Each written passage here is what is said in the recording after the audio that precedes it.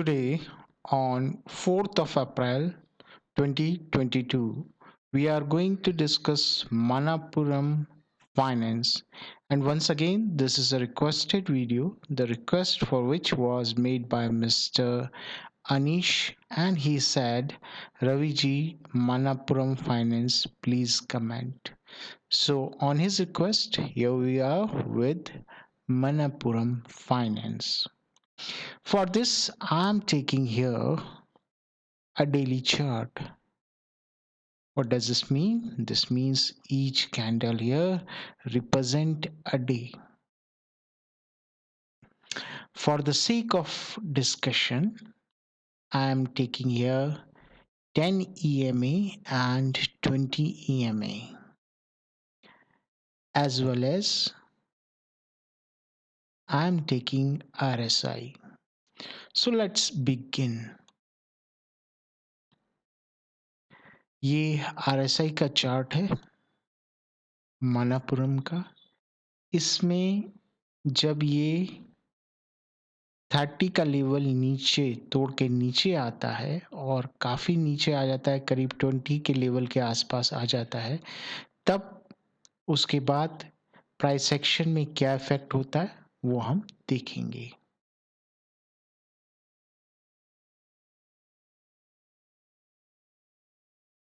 ये अक्टूबर 2018 की बात है. ये मार्च 2020 की बात है और अब ये फरवरी 2022 की बात है.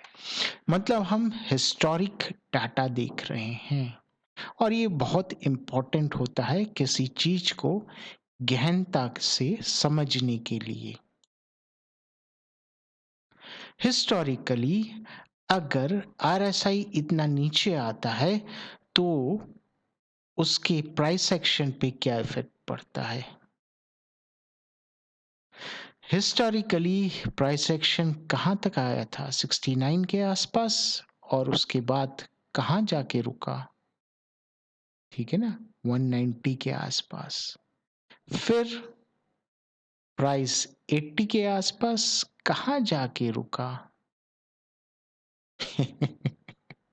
223 223. तो भाई इतने नीचे आरएसआई पे कोई प्राइस को अगर पकड़ रहा है,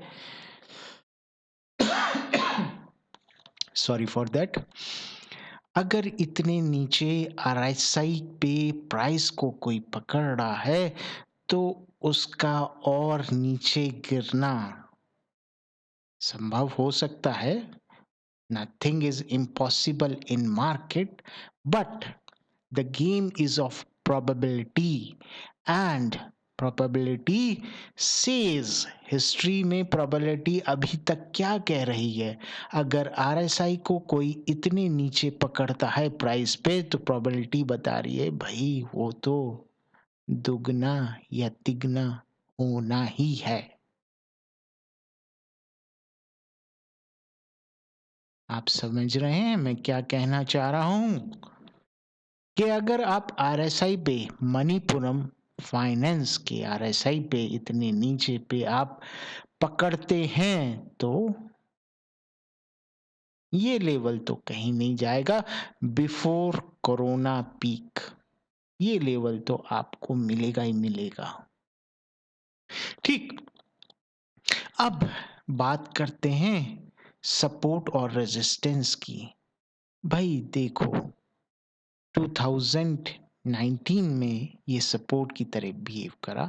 कोरोना काल के बाद जो रनअप स्टार्ट हुआ था, या कोरोना काल में ही जो रनअप स्टार्ट हुआ था, ये तो फियर था. कोरोना तो बाद तक चलता रहा, अभी भी चल रहा है कई कंट्रीज में. लेकिन हम इंडियन मार्केट और इंडिया के बारे में बात कर रहे हैं यहाँ पर. तो उसने रनअप दिखा रहा था, ये देख रहे हैं, कोरोना का डर खत्म हुआ और ये रनअप दिखा रहा. तो वही लेवल हम पकड़ रहे हैं यहाँ पर. और अभी तक भाई ये सपोर्ट दिखा रहा है. क्या ये सपोर्ट दिखा रहा है। फिर मोर ओवर क्या हो रहा है, यहाँ क्रॉस ओवर हो रहा है। किसका? 10 और 20 ईएमए का क्रॉस ओवर हो रहा है। उसके बाद ये 10 और 20 ईएमए के क्रॉस ओवर के बाद ये क्या क्रॉस ओवर नहीं हो रहा है? हो रहा है। तो क्या इसमें करेक्शन नहीं आएगा? आएगा, थोड़ा बहुत आ सकता है। फिर बात बोलता हूं कि ये गेम है प्रोबेबिलिटी का, लेकिन हम खरीदार हैं, तो हम अच्छे से अच्छा स्टॉक और अच्छे भाव पे, मतलब हमारे लिए वो सस्ता मिले उस भाव पे हम खरीद रहे हैं। इसके नीचे गिरने की संभावना तो भाई वो न्यूज़ बताएंगी। क्या मनापुरम फाइनेंस की कोई बैड न्यूज़ है मार्केट में? नहीं, अभी तक तो नहीं है। तो क्या इसके ऊपर बढ़ने के चांसेस हैं? देखिए, टेक्निकली मैंने आपको यहाँ पर पिछले डाटा से समझाने की कोशिश करी है कि आप कहाँ पकड़ रहे हैं और उसको कहाँ जाके छोड़ना चाहिए। जब आरएसआई छोड़ना, क्या मतलब उसमें से प्रॉफिट बुक करने की आप कब सोचेंगे? जब आरएसआई 70 को क्रॉस कर चुका होगा, तब आप प्रॉफिट बुक करने की सोचेंगे। क्या 70 को क्रॉस कर चुका है? नहीं। क्या आगे करेगा? हाँ। तो this is the best time I think you should start investing if you want to. देखिए, टेक्निकल एनालिसिस में कुछ ऐसी चीजें हैं कॉन्ट्राडिक्टरी हैं। कोई कहते हैं कि ये सही नहीं है, कोई कहता है ये गलत है, कोई कहता है ये सही है। हम कुछ डॉट्स को कनेक्ट करते हुए एक लाइन खींचना चाहते हैं कि कुछ इस पैटर्न में काम कर रहा है। अब यहाँ पर इस डॉट को अगर मैं कनेक्ट करूं तो टेक्निकली ये डॉट, ये डॉट, और अगर इसको थोड़ा सा ऐसा लिया जाए तो ये डॉट, तो इस लाइन को माना जा सकता है कि ये लाइन ट्रेंड लाइन सही है। ठीक। लेकिन एक पहलू और होता है कि आप मैक्सिमम डॉट्स कनेक्ट करें। अगर उस पहलू को मैं लेता हूं, उस पॉइंट ऑफ व्यू को मैं लेता हूं कि मैक्सिमम डॉट कनेक्ट करें, तो ये लाइन फिर उसको सेटिस्फाई कर रही होती है। राइट। तो उस इस पॉइंट को अगर लें, इन पॉइंट्स को आप कनेक्ट करें, तो ये मैक्सिमम डॉट्स कनेक्ट हो रहे हैं और ये ट्रेंड लाइन सही कहलाई जाएगी। तो मैं यहाँ पर इस चीज को डिस्कस क्यों कर रहा हूँ वो आपको आगे पता चलेगा। अगर मैं इनके मैक्सिमम डॉट्स को कनेक्ट करूं तो ये ट्रेंड लाइन कहलाई जाएगी। टॉप्स के इसमें मेरा फोकस ये होगा कि मैं टॉप के डॉट्स को कनेक्ट कर रहा हूं मैक्सिमम यहाँ पर। राइट। इसी तरीके से मैं यहाँ पर कनेक्ट कर रहा हूं और इसी तरीके से मैं यहाँ कनेक्ट करके एक ट्रेंड लाइन ड्रॉ कर रहा हूं।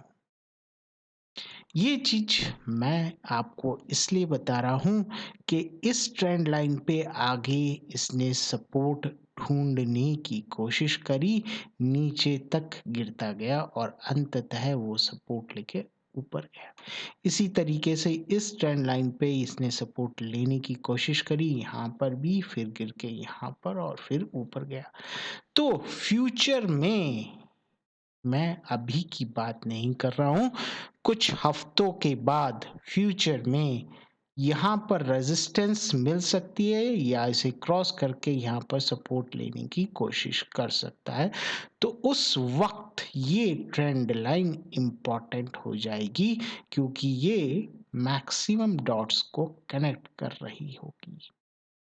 तो अगर आप इस ट्रेंड लाइन को अभी अपने चार्ट पर ड्रॉ कर लें तो ये आगे के कुछ हफ्तों में आपको मदद करेगा ट्रेड करने। फिलहाल हमारा मकसद यहाँ पर ये है कि ये सही समय होगा बाय करने के लिए। मेरे ख्याल से बिल्कुल सही समय होगा, लेकिन पूरा फंड यहाँ पर इस समय इन्वेस्ट ना करें। वो इस समय इसमें क्या, हर चीज में यही होता है कि पूरा फंड एक चीज में नहीं डालें, डिस्ट्रीब्यूट करें। नीचे गिरता है, आपका पसंदीदा फेवरेबल स्टॉक है, उसे आप पसंद करते हैं तो और नीचे आप बाय कर सकते हैं अगर पैसा हो तो। मनी इज किंग या लिक्विड इज किंग। आपके हाथ में कैश हर समय होना चाहिए।